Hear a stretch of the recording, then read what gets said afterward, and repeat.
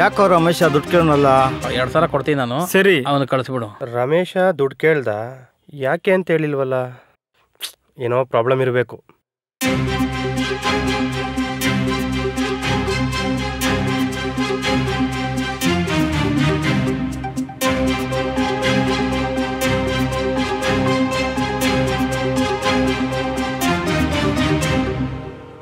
$8,000 ಕಳ್ಸಿದೀನಿ ನೋಡೋ. ದುಡ್ಡು ಹಾಕಿದೀನಿ ನೋಡೋ. ಏನೋ ಒಳ್ಳೇದಾಗಲಿ ಪಾಪ. ರಮೇಶ್ ಅಮೌಂಟ್ ಹಾಕಿದ್ದೀನಿ ನೋಡಮ್ಮ.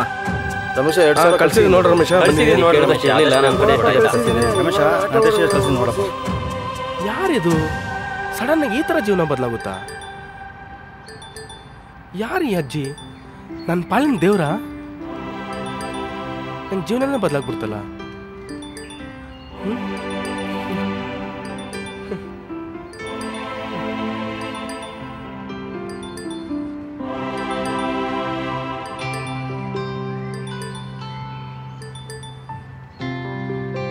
ಒಟ್ಟಿನಲ್ಲಿ ದೇವ್ರು ಬಂದಂಗೆ ಬಂದ್ಲು. ಇದ್ದಾಗ ಕೊಡೋದಲ್ಲ, ಇಲ್ದಿದ್ದಾಗ ಕೊಡೋದಿದೆಯಲ್ಲ, ಅದೇ ನಿಜವಾದ ದಾನ.